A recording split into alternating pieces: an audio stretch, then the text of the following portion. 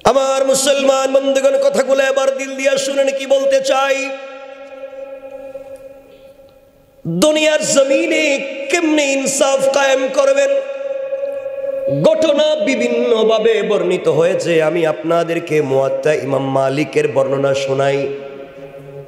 খলিফাতুল মুসলিমিন আমিরুল মুমিনিন হযরত ওমর ফারুক রাদিয়াল্লাহু তাআলা আনহুর ছেলে, যার নাম ছিল আব্দুর রহমান, যার পরিচিতি নাম শোনা যায় আবু শাহমা নামে, রাদিয়াল্লাহু তাআলা আনহু, যার নাম ছিল আব্দুর রহমান, মানুষ চিনে আবু শাহমা নামে।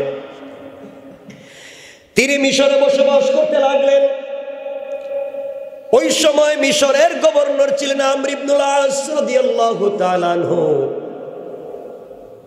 কথাগুলা ভালো করে শুনবেন, বিভিন্ন ভাবে বর্ণনা পাওয়া যায়। হযরতে আবু শাহমা রাদিয়াল্লাহু তাআলা আনহু তিনি একদিন নাবিজ পান করে ফেলছেন। নাবিজ বলা হয় আগের দিন সন্ধ্যার সময় তাজা তাজা পাকা পাকা খেজুর গোলা দুধের মধ্যে রেখে দেয়, পরের দিন সকালবেলা পান করে। দুধগুলা এই খেজুরের রস টেনে টেনে দুধগুলা লাল হয়ে যায়। এগুলা খেতে বড় দামি, এগুলা খেতে বড় ভালো লাগে, এটা গুনাহ নয়, এটা উত্তম। আগের দিন যদি পাকা তাজা তাজা খেজুর আপনি দুধের মধ্যে ভিজাইয়া পরের দিন সকালবেলা খান, আপনি বডিতে এমন শক্তি পাবেন যা 50 লাখ টাকার অ্যান্টিবায়োটিক খাওয়ার পরে ওই শক্তি পাবেন না। কিন্তু আল্লাহ রসুলের বিধান হলো যদি খেতেই হয় আগের দিন ভিজাইয়া পরের দিন সকালেই খাওয়া লাগবে, দেরি করা যাবে না। একদিন যদি দেরি হয়ে যায়, 2 দিন যদি দেরি হয়ে যায়, মাতলামি চলে আসতে পারে, এর ভিতরে সুক্কার চলে আসতে পারে, নেশা চলে আসতে পারে। আল্লাহ রসুল নিষেধ করেছেন, এরপরে কিন্তু খাওয়া যাবে না, ওই সময় খেতে হবে। আমর ইবনুল আস রাদিয়াল্লাহু তাআলা আনহু মিশরের গভর্নর। এমন সময় আবু শাহমা তিনি ওটা খেয়েছেন, হালকা মাতলামি হয়েছে। আমর ইবনুল আস জানতে পারলেন, তিনি তাকে 40টা বেত দিলেন। কতটা বেত? কথা বলেন। এই গোটা দুনিয়ার অর্ধেকের খলিফা, এই গোটা দুনিয়ার অর্ধেকের বাদশাহ হযরত ওমরের ছেলে, তাকেও তিনি 40টা বেত্রাঘাত লাগাইয়া দিলেন। 40টা আঘাত করেছেন, কোনোভাবেই তাকে ছাড় দিলেন না, কারণ আল্লাহর বিধান কায়েম করতে হবে। এই ঘটনা ঘটার পরে হযরতে আমর ইবনুল আস রাদিয়াল্লাহু তাআলার পত্র লিখলেন ওমরের কাছে, ওমর, তোমার ছেলে এমন কাজ করছে, আমি তারে 40টা আঘাত করেছি। হযরত ওমর এই পত্র পাওয়ার পরে গরম হয়ে গেলেন। তিনি আবার চিঠি পাঠাইয়া দিলেন, দূত পাঠাইয়া দিলেন, যাও আমর ইবনুল আসকে জানাইয়া দিবা আমার ছেলে আবু শাহমাকে যেন মদিনায় ডেকে পাঠাইয়া দেয়, আমি বাবা দেখব সন্তান কি করেছে। মনে রাখবেন, হযরতে আমর ইবনুল আস গভর্নর, তিনি একজন ডিসি, তিনি বিচার করে দিয়েছেন। ওমর ফারুকের দরবারে হযরতে আবু শাহমা হাজির হয়ে গেলেন। হযরত ওমর জানতে পারলেন ছেলের মুখের মধ্যে দুর্গন্ধ হয়েছে। ডাক দিয়া বললেন, তুমি কি খেয়েছ? সন্তান বলছে, বাবা কসম করে বলি আমি মদ পান করি নাই, আমি শুধুমাত্র নাবিজ খেয়েছি, নাবিজ পান করছি, আগের দিন ভিজাইয়া পরের দিন খাইছি। হযরত ওমর বলছেন, তাহলে তো দুর্গন্ধ হওয়ার কথা ছিল না, তাহলে তো মাতলামি হওয়ার কথা ছিল না, তুমি আমার ছেলে হয়ে তুমি এমন কাজ কেন করতে পারলে? এই কথা বলে সন্তানের কলার ধরলেন। ওমরের মতো মানুষ আল্লাহু আকবার বলেন, আরো জোরে বলেন। কলার ধরলেন, টান দিয়ে মদিনায় মসজিদে নিয়ে গেছেন। মসজিদে গিয়ে মসজিদের পিলারের সঙ্গে তার সন্তানকে বেঁধে দিলেন। ওমর ওই সময় ওই জামানার খলিফা, নিজের সন্তানকে দড়ি দিয়ে পিলারের সঙ্গে বেঁধে ফেললেন। নামাজের সালাম ফিরাবার আগে, নামাজ শুরু হওয়ার আগে মুসল্লিদেরকে বলছেন, শোনো মদিনার মানুষেরা, নামাজের পরে একটা হদ আছে, একটা বিচার আছে, তোমরা সবাই উপস্থিত থাকবা। আবার বন্ধুগণ, হযরত ওমর সালাতের ইমামতিতে দাঁড়িয়ে গেলেন। রাগে ওমরের মতো মানুষ বাঘের মতো ফুসফুস করে। মদিনার মানুষেরা মসজিদে নামাজ পড়তে আসে, এসে দেখে হযরত ওমরের ছেলে আবু শামা পিলারের মধ্যে বাঁধা কাঁদতেছে। কেন, কি করছে? সবাই বলছেন ওমর তো একজন তো বিচার করে ফেলছে, শুনলাম আমর ইবনুল আস 40টা বেত্রাঘাত করছে, তাহলে আবার তারে বাঁধছে কেন? একজন বলছে ওমর নিজের হাতে আবার হয়তো বিচার করবে, আর একজন বলছে প্রেসিডেন্টের ছেলে, বিচার তো করাই যাবে না, ছেড়ে দিবে। কারণ প্রেসিডেন্টের ছেলেকে তো বিচার করা যায় না। বাংলাদেশে রিক্সাওয়ালার এক আইন, ঠেলাওয়ালার এক আইন, প্রেসিডেন্টের ছেলের এক আইন। এই জন্য এই দেশে চুরি চামারি বেড়ে যায়। সকল নাগরিকের জন্য যদি এক আইন হয়ে যায়, চুরি করলেই যদি ইসলামের বিধান কায়েম হয়ে যায়, জানা করলেই যদি ইসলামের বিধান কায়েম হয়ে যায়, আর কেউ দর্শন করার জন্য হাত বাড়াবে না। ঠিক কিনা বলেন? আমার বন্ধুগণ, কথাগুলো দিল দিয়া শুনেন কি বলতে চাই। ওমর সালাম ফিরালেন। এমন সময়ে সালাম ফিরিয়ে বলছেন, শোনো, আমার ছেলে নাকি মদ পান করেছে, আমি শুনেছি, তার মুখে দুর্গন্ধ হয়েছে। আমর ইবনুল আস 40টা বেত্রাঘাত করে তার বিচার করেছে। কিন্তু আমার ছেলে বলে, আমর ইবনুল আস তো একা একা বিচার করছেন, একা একা পাবলিকের সামনে করেন নাই। ইসলামের বিধান তো একা একা কায়েম করার কথা না, পাবলিকের সামনে হওয়ার কথা ছিল। আমার ছেলে মনে করে, প্রেসিডেন্টের ছেলে মনে করে আমর ইবনুল আস আমার ছেলেকে একা একা বিচার করছে, এটা আমি মানি না। আমার ছেলের বিচার মদিনার সকল নাগরিকের সামনে আবার হবে। আল্লাহু আকবার বলে কি ইনসাফ কায়েম করতেছেন হযরত ওমর।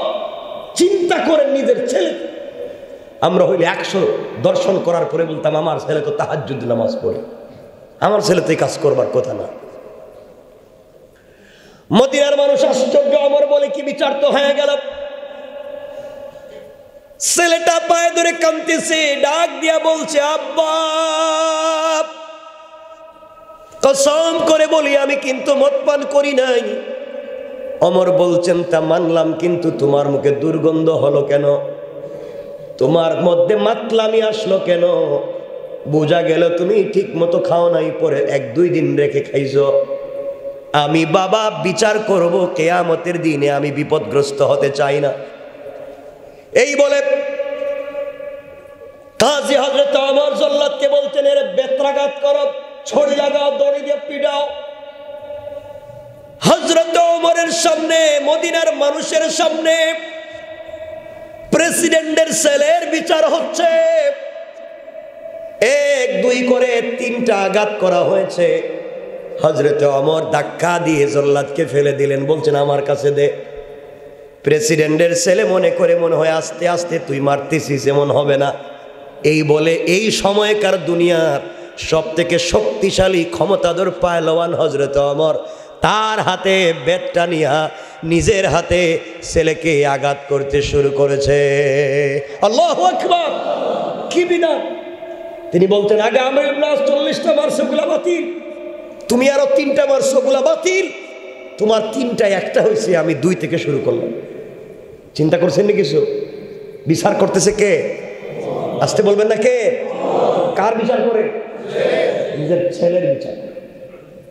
চিন্তা করে এভাবে আঘাত করতে করতে 10টা বেত্রাঘাত করেছেন। ফিনকি দিয়ে বডি থেকে রক্ত পড়তেছে, সুপ সুপ করে কাপড়গুলা রক্তে ভরে গিয়েছে। একটু ঘঙ্গানির আওয়াজ করে সন্তান বলছে, আব্বা আপনি আমাকে ছেড়ে দেন, আর মারবেন না, আমি মরে যাব, আর মারবেন না। ওমর বলছেন, তুমি মরে গেলেও আমার আপত্তি নাই, কারণ ইসলামের বিধান দিয়েছেন, আল্লাহ কে মরলো কে বাঁচলো ওইটা আমার ছেলেও কিনা আমি জানতে চাই না, আমি আল্লাহর বিধান জমিনে কায়েম করতে চাই।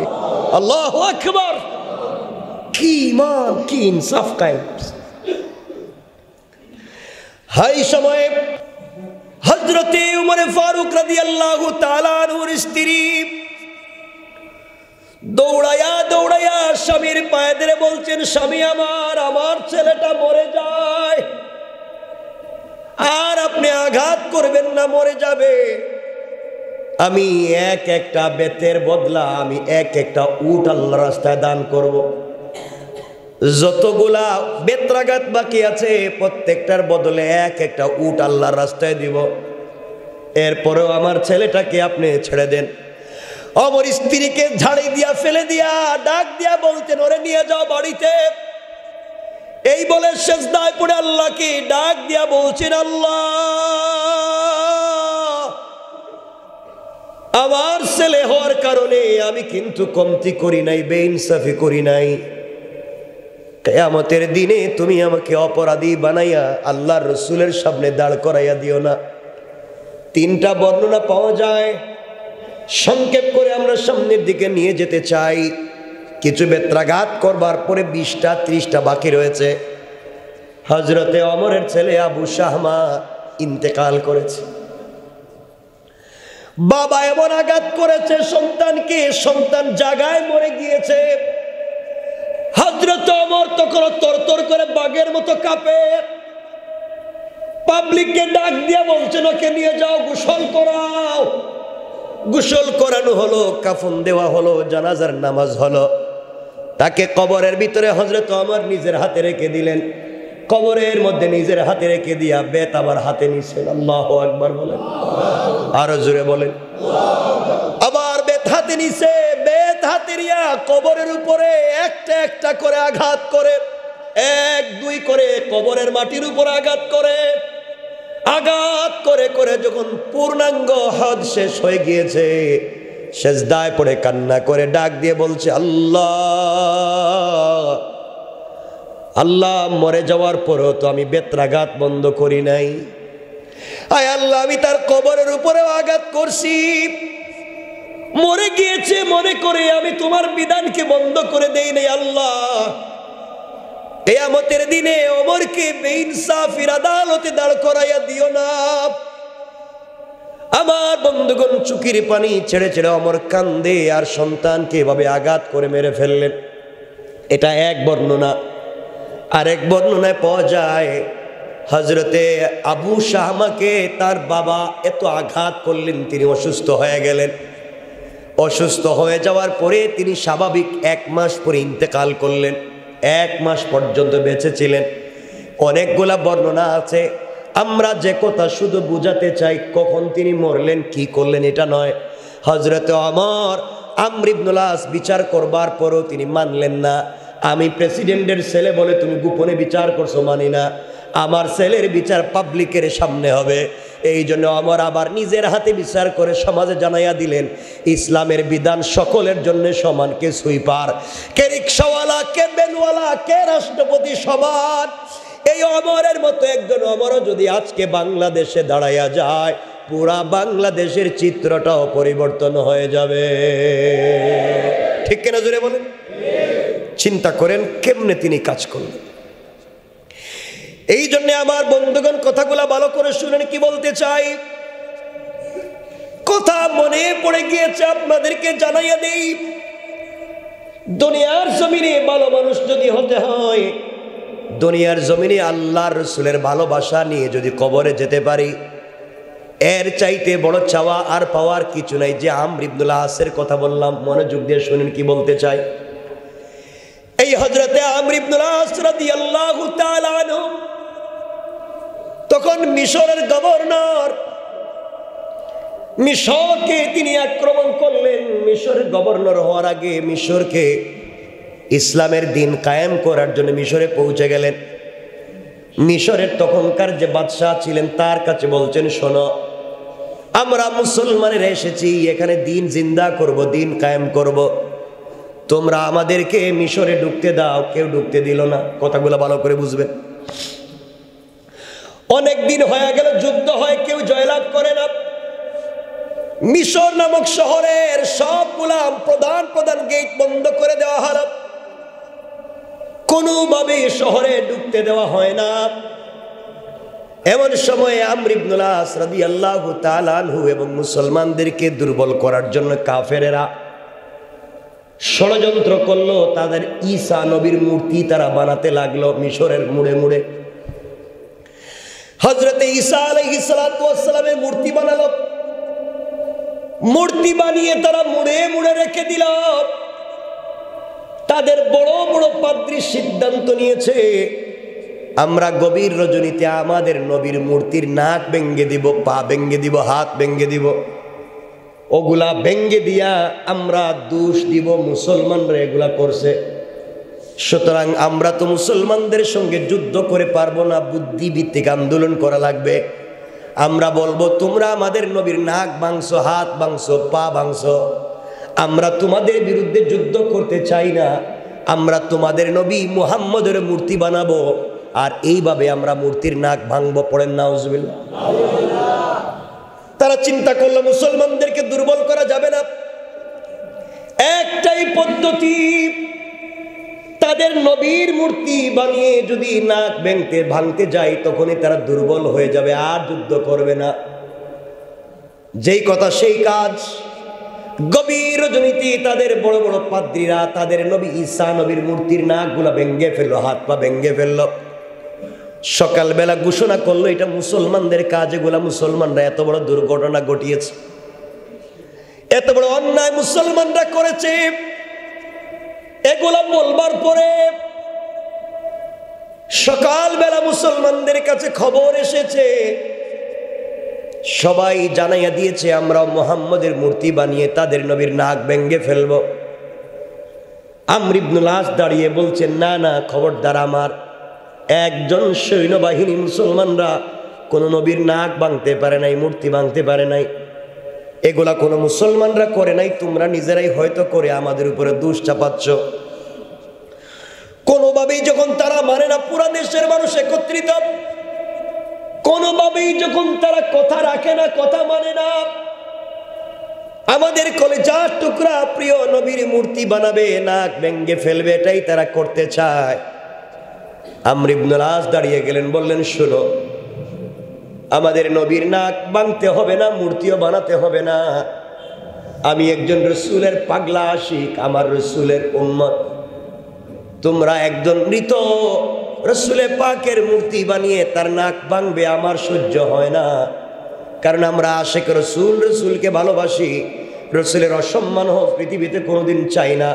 তার চাইতে আমি হলাম মুসলমানদের সেনাপতি, তোমরা চাইলে এর বদলা আমার নিজের নাকটা তোমরা কেটে নিতে পারো। আল্লাহু আকবার। তোমরা চাইলে আমার তাজা নাকটা কেটে নিতে পারো, এরপরও নবীজির মূর্তি বানাতে দিব না, এরপরও নবীজির মূর্তি বানিয়ে নাক ভাঙতে দিব না। সবাই কথা মেনে নিয়েছে। পরের দিন সকালবেলা স্টেজ করা হয়েছে, হাজার হাজার মানুষ হাজির। মুসলমান শিবিরে কান্নার রোল পড়ে গেছে, সবাই সিজদায় পড়ে আল্লাহকে ডাক দিয়া বলছে, আল্লাহ,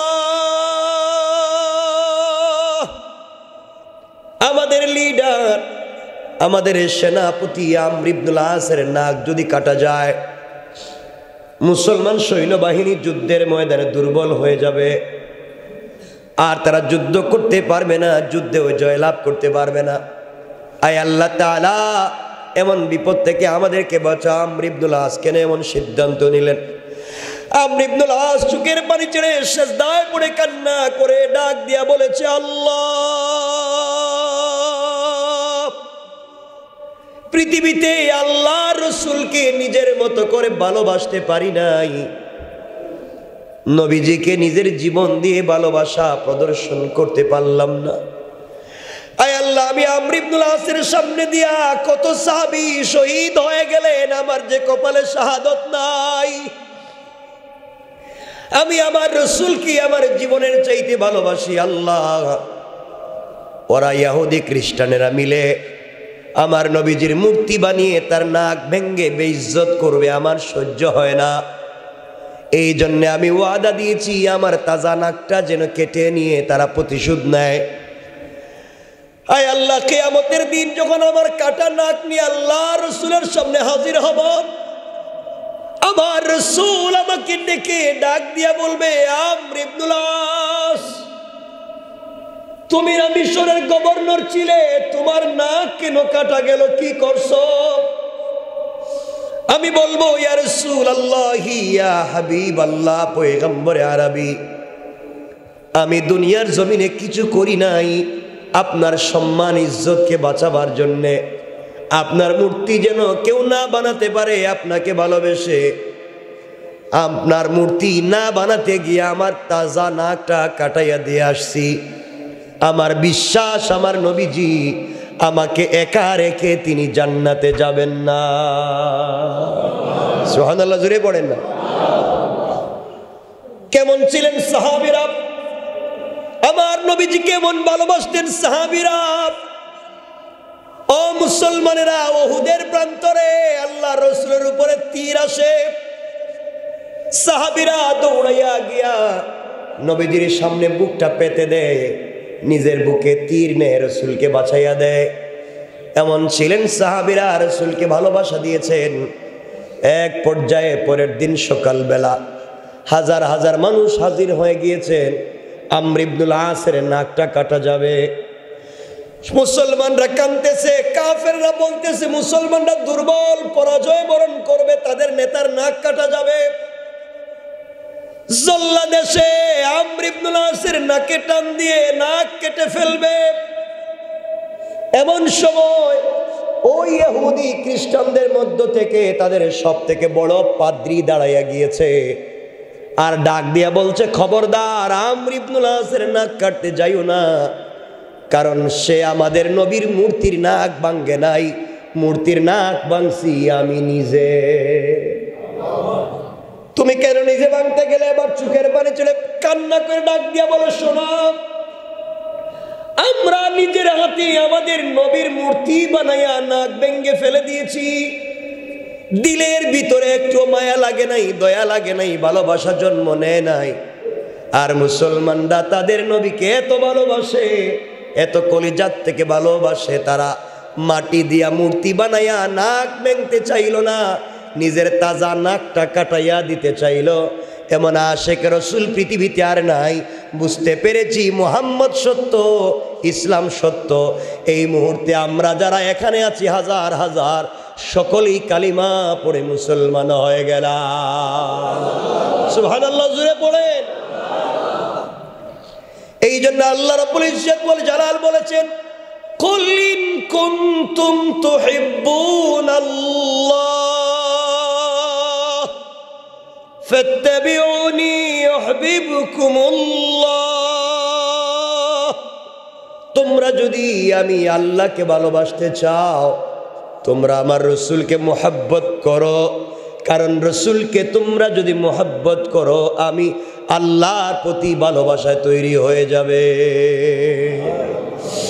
তোমরা যদি আমার রসুলকে ভালোবাসো, আমার ভালোবাসা হয়ে যাবে। তোমরা যদি আমার রসুলকে মুহাব্বত করে দুনিয়া থেকে বিদায় নিতে পারো, তোমাদের কোনো হিসাব হবে না।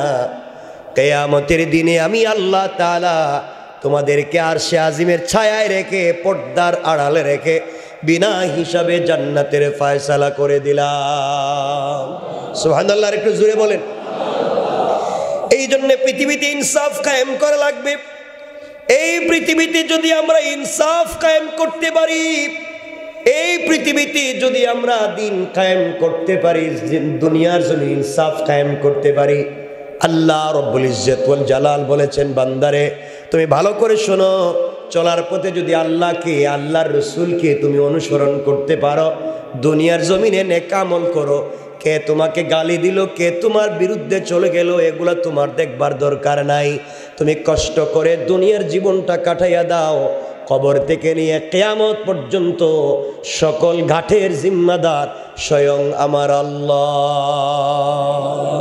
সুবহানাল্লাহ, জোরে পড়ে, আরো জোরে পড়ে। এই জন্য চলার পথে শুধু সুযোগ খুঁজেন কেমনে জান্নাতে যাওয়া যায়, আর আমরা চলার পথে শুধু সুযোগ খুঁজি কেমনে আরেকজনকে ঠকাইয়া সম্পদের মালিক হওয়া যায়। কথা বলেন না কেন? কেমনে নিজের পকেট ভারী করা যায়। মনে রাখবেন, এই পৃথিবীতে সকল পয়সাওয়ালারা, কথাগুলো ভালো করে দেখেন, কোটি কোটি টাকার মালিক। আজকে টাকা আছে, বাড়ি আছে, গাড়ি আছে, কবরে পড়ে আছে, কবরে শুয়ে আছে, একজন মানুষও কোনোদিন খবর নেয় না। এমনও কোটি টাকার মালিক আছে, কবরে পড়ে আছে 30 বছর, তার সন্তানও কোনোদিন যায় নাই। সন্তান একদিন গিয়ে দেখে না বাবা কবরে কেমন আছে। আগের মতোই ফ্যাক্টরি চলে, ইন্ডাস্ট্রি চলে, আগের মতোই তার ঘরের বিছানায় আরেকজন ঘুমায়, আগের মতোই তার চেয়ারে আরেকজন বসে। সে যে নাই এটা কেউ বুঝতেও চায় না, কেউ তারে মনেও করে না। 10-15 বছর পরে চলে গেলে এই সন্তানেরা মনে রাখবে না। এই জন্যে বাবারে, দুনিয়ার জমিনে এগুলার পিছনে না দৌড়াই, আল্লাহর পিছনে যদি দৌড়াও, আল্লাহ বলছেন বান্দা পৃথিবীর পাওয়া না পাওয়ার হিসাবকে বাদ দিয়া আমি আল্লাহকে পাওয়ার হিসাব করো। আখেরাতে সবাই যদি ভুলে যায়, আমি আমার বান্দাকে ভুলে যাব না। ওই কেমনে হিসাব কর, কষ্ট হচ্ছে না আপনাদের? কেমনে হিসাব করবেন কথাগুলো শুনেন। হযরতে আলী রাদিয়াল্লাহু তাআলা আনহুর কলিজার টুকরা ছেলে, যার নাম হযরত হুসাইন, হযরতে ফাতেমা রাদিয়াল্লাহু তাআলা আনহার আদরের দুলাল হযরতে হুসাইন। হুসাইন এমন এক ব্যক্তির নাম, আল্লাহ রসুল বলছেন আল্লাহ যাকে জান্নাতের যুবকদের লিডার বানিয়েছেন। একটু সুবহানাল্লাহ পড়বেন না? আরো জোরে পড়েন। হুসাইন এমন এক যুবকের নাম যার পা থেকে মাথা পর্যন্ত তাকালে রসুলের চেহারার মতো দেখা যায়। আল্লাহ রসুল বলতে, সাহাবীরা তোমরা যদি আমাকে দেখতে না পাও, আবার হুসাইনের চেহারার দিকে তাকাও। আমি রসুলের জন্য দেখছো, কারণ আমার চেহারায় যেমন মিল, এই পৃথিবীর সব থেকে মিল রয়েছে হুসাইনের সঙ্গে। হুসাইনের কথা বলার টোনটা আমি রসুলের মতো, হুসাইনের হাসিটা আমি রসুলের মতো, হুসাইনের চেহারাটা দেখতে আমি রসুলের মতো। এই জন্যে আল্লাহর রসুল পৃথিবীতে একজন মানুষের পা থেকে মাথা পর্যন্ত এমন কোনো জায়গা নাই বাচ্চা সময় চুম্বন করেন নাই। একজন মহাপুরুষ যার নাম হযরত হুসাইন। আল্লাহু আকবার। হযরত হুসাইন রসুল তাকে এত ভালোবাসেন। হযরত হুসাইন না না খুব ভালোবাসতেন। মাঝে মাঝে বলতেন, না না তোমার তো পয়সা পাতি নাই, এরা লাইটও কিনে দিতে পারো না, অন্ধকারে যে এক ঘর থেকে আরেক ঘরে যাবো, এক বন্ধুর বাড়িতে যাবো, একটা লাইটও দিতে পারো না, পয়সা নাই তোমার। না না বলছেন পয়সা নাই তো আমি দিব কেমন? পয়সা না থাকলে তুমি আমার সাথে চলো। কই যাবো? ঘরের বাহিরে গিয়ে অন্ধকার রাত্রে তুমি একটু মুস্কি হাসি দিবা। নবীজি বলছেন আমি হাসলে তোমার লাভ কি? না না তুমি হাসলে যে তোমার দাঁত বাইর হয় না, ওই দাঁতের আলোতেই রাস্তা আলোকিত হয়ে যায় না। রাসূলের পাক একটা কোমর একটা বেল্ট পরতেন, মানে একটা কোমর একটা রুমাল, কোমরে তিনি একটা রুমাল পরতেন কোমরে। যুদ্ধের ময়দানে রাসূল ইন্তেকালের আগে এটা হযরত হুসাইনকে দিয়েছিলেন। সুবহানাল্লাহ বলেন না? যে আমি নানা তোমারে দিলাম। আমার বন্ধুগণ, হযরত হুসাইন, আমরা লম্বা করতে চাই না, কোথায় কথা চলে এসেছে। আমার বন্ধুগণ কথাগুলা ভালো করে বুঝবেন। আপনারা জানেন ঘটনা, আমি ওই ঘটনার দিকে যেতে চাই না, শুধু টাচ দিতে চাই। নানার কাছে গিয়ে বলছে, নানা সকল ছেলেরাই তো ঘোড়া দৌড়ায়, আমাদের যে ঘোড়া নাই, তুমি আমাদেরকে ঘোড়া কিনে দিতে পারলা না, কেমন নানা হইলা? সবার কথা শোনো, আমাদের কথা শোনো না। আল্লাহ রসুল বলছে, নানা আজকে তোমাদেরকে পৃথিবীর দামি ঘোড়া চড়াবো। সুবহানাল্লাহ বলেন। এই বলে আল্লাহর রাসূল নিজে ঘোড়ার মতো হয়ে হাত পা লম্বা করে ঘোড়ার মতো হয়ে পড়লেন। হযরত হুসাইনকে বলছেন, নানা তুমি আমার পিঠে উঠো। কয় পিঠে তো উঠলাম। কয় না না এখন তো ঘোড়ার তো লাগাম লাগবে, তোমার যে লাগাম নাই। আল্লাহর নবী বলছেন, হুসাইন রে আমার মাথায় যে লম্বা চুল আছে, ওই চুলগুলাকে টান দিবা, তোমার ঘোড়াও লাগামের মতো টান দিলে দৌড়াবে। সুবহানাল্লাহ জোরে পড়ে। চিন্তা করছেন নানার চুল ধরে টানবে তো রাসূল যান? কয় না না ঘোড়া তো ভালো আছে। হযরত হুসাইন ডাক দিয়া বলছে, ওমর ফারুক ঢুকে চোখের বাড়ি ছেড়ে কান্নায় ভেঙে পড়ে, হুসাইন খবরদার কি করছো তুমি? আল্লাহ রসুল রে ঘোড়া বানাইয়া পিঠে বসে রয়েছো। অমরকে বলছেন, খবরদার আপনি কথা বলবেন না, এটা আমার পৃথিবীর সব থেকে দামি ঘোড়া, এর মতো দামি ঘোড়া পৃথিবীতে আর নাই। আল্লাহ রসুল নিচ থেকে বলছেন, আমার কথা বইল না, আমার হুসাইনরে চড়তে দাও। আসমানের উপর থেকে আল্লাহ এগুলা দেখে দেখে মুসকে মুসকে হাসে।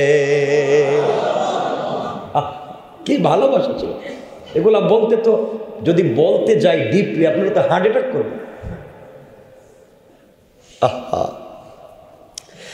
আমার বন্ধুগণ, কথাগুলো দিল দিয়া শুনেন। এই হুসাইন একদিন রাস্তায় বের হয়েছে, ওমরের ছেলের সঙ্গে দেখা। কার ছেলে?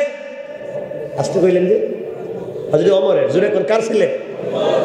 নাম আব্দুল্লাহ রাদিয়াল্লাহু তাআলা আনহু। আব্দুল্লাহরে কি একটা ঘটনা ঘটে গেছে হুসাইনের আর আব্দুল্লাহর মধ্যে। আব্দুল্লাহরে ডাক দিয়ে বলছেন, তুমি আমার সঙ্গে এত জোরে কথা বলো, তুমি তো গোলামের ঘরের গোলাম। কি কইছে? আর কিছু কয় না, গোলামের ঘরে গোলাম কইছে। আপনারা তো যা মুখে তাই কইয়া ফেলান, তা গোলামের ঘরে গোলাম কইছে, কিন্তু এর পিছনে যুক্তি আছে। হযরত ওমর তখন খলিফা। ওমর কি? তোর প্রেসিডেন্ট, অর্ধেক পৃথিবীর প্রেসিডেন্ট। আর তার ছেলেরে কইতেছে তুই তো গোলামের ছেলে। আল্লাহু আকবার বললেন না? আমরা হইলে তোর 14 গোষ্ঠীর ফাঁসি দিয়ে দিতাম, ঠিক না? 14 গোষ্ঠীর জিন্দগি শেষ। হযরত ওমরের ছেলে চোখের পানি ছেড়ে বাবার কাছে কান্না করে ডাক দিয়া বলছে, আব্বা রাস্তায় বাইরে ছিলাম, হযরত আলীর ছেলে হুসাইন আমারে গোলামের ঘরে গোলাম কয়। আব্বা হযরত আমিরুল মুমিনিন খলিফাতুল মুসলিমিন ওমর বলতেন, সত্যি নাকি? কো সত্যি। হযরত ওমর ছেলেটাকে হাতে নিলেন, ধরলেন, দৌড়াইয়া দৌড়াইয়া আলীর বাড়িতে গেলেন। দরজায় ডাক দিয়া বলছেন, আলী ঘরে আছো? আলী বলছেন, খলিফাতুল মুসলিমিন আপনি আমার ঘরে কেমনে না জানাই আসলেন? কয় আমি এমনি আসি নাই, বিচার নিয়ে আইছি। আপনি আবার কি বিচার? আমার ছেলে বলছে তোমার ছেলে হুসাইন আমার ছেলেরে গোলামের ঘরের গোলাম কইছে। কত বড় কথা! হুসাইন রে ঘর থেকে ডাক দিলেন, বাবা তুমি কি এই কথা বলছো? আব্বা বলছি, মানে 100 বার সত্য আমি কইছি। আল্লাহু আকবার বললেন না? ছেলেও মিথ্যা কথা কর লোক না, কইছি আব্বা সত্য। কেন বললা? তুমি সরি বলো।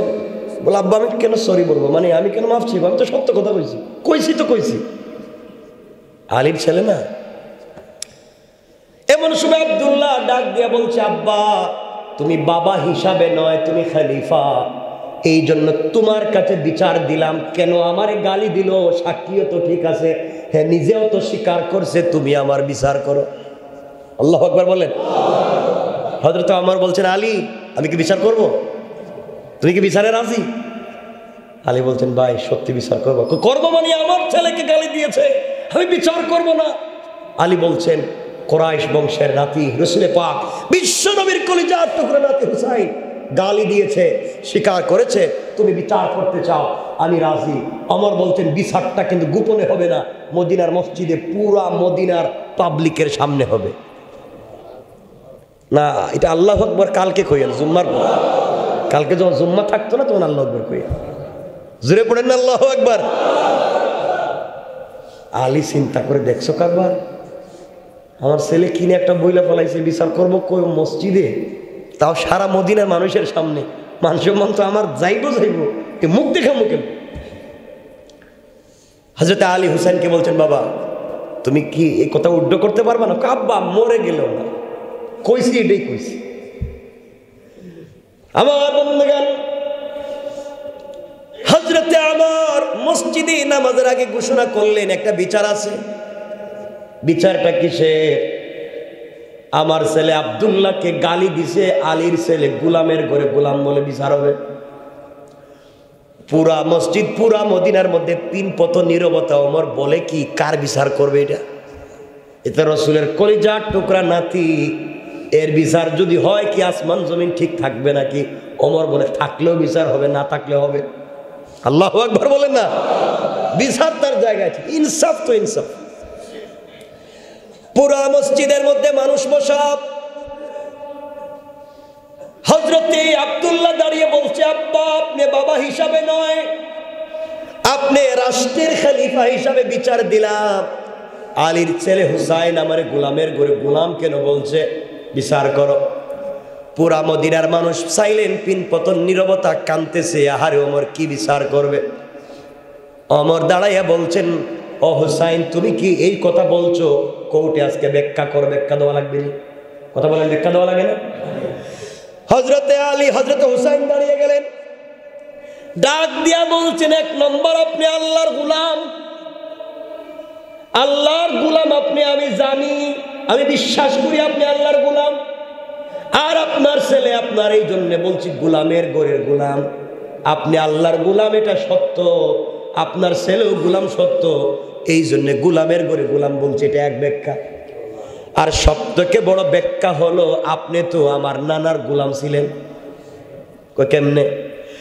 আমি বললাম, এই মদিনার মানুষের সামনে আপনি আমার নানার গোলাম ছিলেন না, আপনি আমার নানার গোড়ার লাগাম ধরে ধরে যাইতেন না, আপনি কি আমার নানার ওযুর পানিটা দিতেন না, আপনি কি আমার নানাকে হাত ধরে ধরে মদিনার মসজিদে নিয়ে যাইতেন না, আপনি কি আমার নানার খেদমত করেন নাই? আপনি তো খাদেম ছিলেন, গোলাম ছিলেন। হযরতে ওমর দাঁড়িয়ে গিয়েছেন মদিনায়, পিন পতন নীরবতা। বলে কি করবে ওমর এখন? ওমর আবার বলছেন, হুসাইন আবার ভালো করে চিন্তা করে বলো কি বলছো। চিন্তা করে সাক্ষী দিয়ে এই হাজার হাজার মানুষের সামনে বললাম তুমি আল্লাহর রসুলের গোলাম, এই জন্য তোমারে বলছি গোলামের ঘরের গোলাম, তোমার ছেলেরে বলছি আমি যা বলছি সত্য। ওমর বলছেন, একটা কাগজ নিয়ে আসো, কলম নিয়ে আসো, যা পাওয়া যায় নিয়ে আসো। কাগজ কলম নিয়ে আসলেন। ওমর বললেন, হযরত হুসাইন তুমি লিখে দাও, সত্য যে বলছে এটা লেখো। হুসাইন লিখে দিলেন, আব্দুল্লাহ গোলামের ঘরের গোলাম, তার বাবা ওমর ছিল আমার নানার গোলাম। সুবহানাল্লাহ বলেন। এবার হযরত ওমর এই কাগজ হাতে নিয়ে দাঁড়াইয়া দাঁড়াইয়া মদিনার মানুষকে বলছে, ও মদিনার মানুষেরা, দেখা যায় এই কাগজে লেখা দেখো, হুসাইন লিখেছে আমি গোলাম, আমি তার নানার গোলাম ছিলাম, আমার ছেলে গোলামের ঘরের গোলাম, এই যে কাগজে লিখে দিছে। এই কাগজটা হাতে নিয়ে আস্তে করে আলীর হাতে দিয়ে দিলেন। আলীর হাতে দিয়া চোখের পানি ছেড়ে কান্না করে ডাক দিয়া বলছে, আল্লাহ,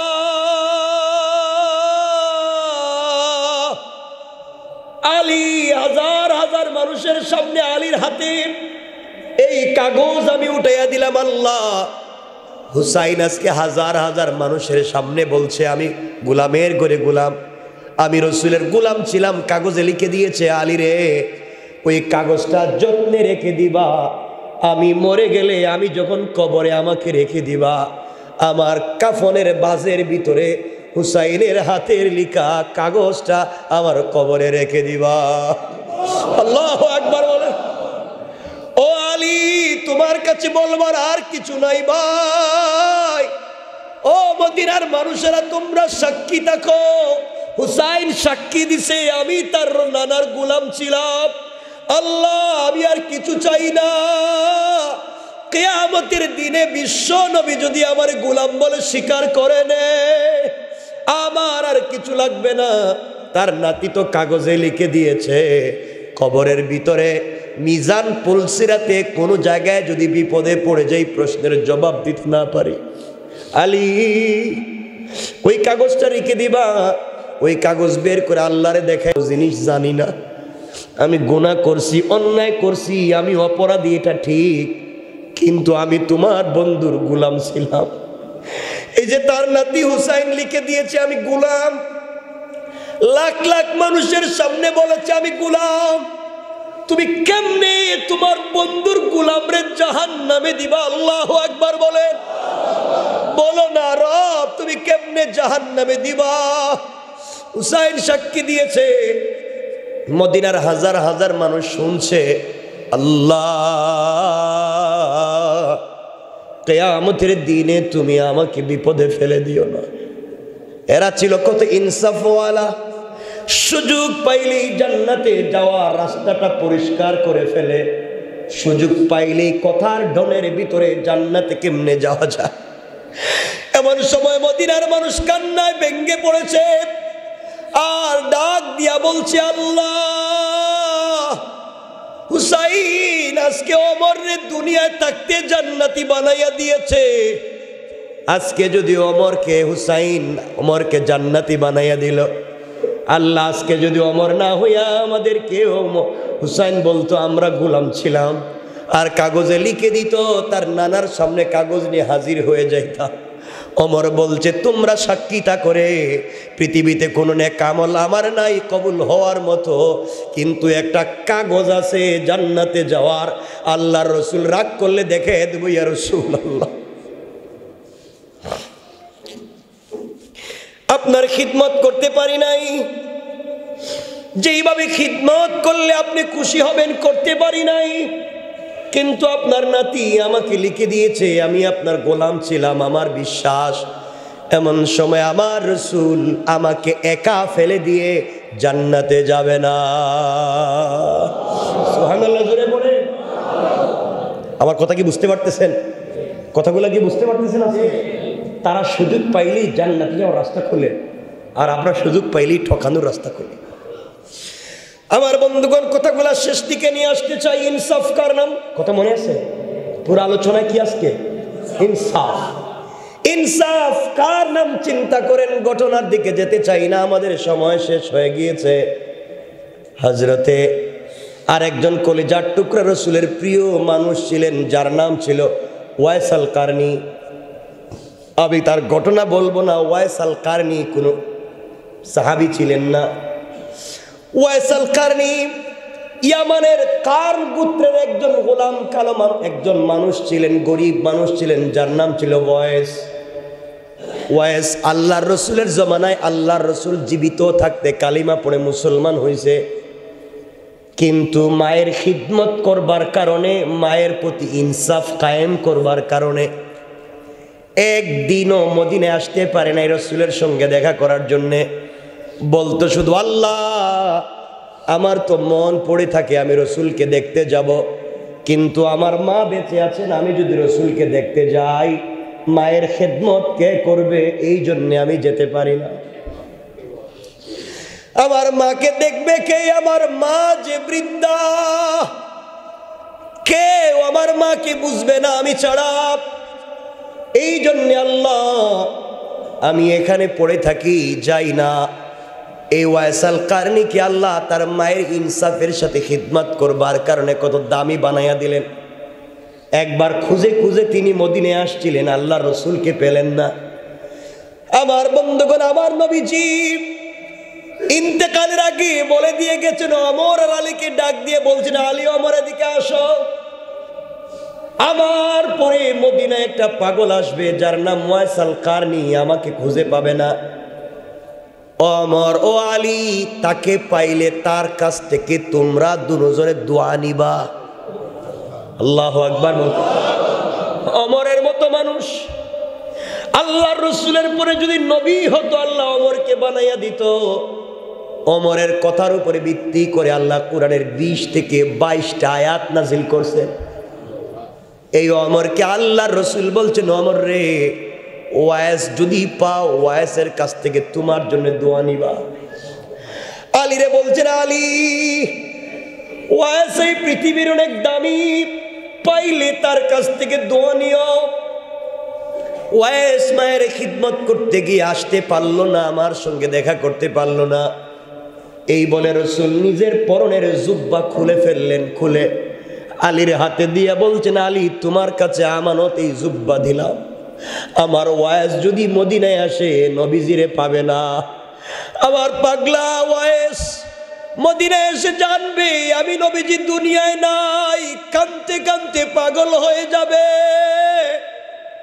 আমার ওয়াইসের কাছে আমার পরনের জুব্বা হাদিয়া দিবা। আল্লাহু আকবার। আবু বকর ওমরের মতো মানুষ মদিনায় জিন্দা, আর রসুল হাদিয়া দিয়া যায় একজন পাগলের জন্য। লম্বা কথা আমরা সংক্ষেপ করে দিই। হযরত ওয়াইস আল কারনি তিনি ওয়াইস রসুল ইন্তেকাল করলেন। মদিনায় তখন ওমরের যুগ চলে। ওমর মানুষ হজের জন্য এসেছে মক্কায় মদিনায়। মদিনায় ওমর বলতেন, শোনো এবার কারা ইয়ামান থেকে আসছো দাঁড়াও। ইয়ামানের সকল হাজিরা দাঁড়িয়ে গিয়েছে। এবার নবীজি বললেন, ইয়ামান থেকে যারা আসছো সবাই দাঁড়িয়ে আছো, এর মধ্যে কার্ন গোত্রের কারা আছো কার্নের তারা দাঁড়াও, বাকিরা বসে যাও। এক লোক দাঁড়ায় রয়েছে। বললেন তুমি কে? আমি একজন। কয় যুবক তোমার বাড়ি কই? কই আমাদের কারণে। তুমি কি ওয়াইসাল কারনি নামে কাউরে চিনো? কয় আমার চাচাতো ভাই পাগল। কি কয়? আমার চাচাতো ভাই পাগল। কই তুমি পাগল বললো, গেল কোথায়? কই এও আসছিল আমার সঙ্গে হজ করতে। মদিনায় মাটিতে পা দেওয়ার পরে জুতা পায়ে দিয়া মদিনায় হাঁটে না। ওয়াইস জুতা পায়ে দিয়া মদিনায় হাঁটে না, পাগলের মতো কান্দে। আর এদিকে দৌড়াইয়া চিৎকার করে বলছে, ইয়া রাসূলুল্লাহ, তোমার পাগল ওয়াইস মদিনায় আসছে, তুমি নাই। এই বলে ওদিকে পাগলের মতো দৌড়াইয়া চলে গিয়েছে। আর কিছু জানি না।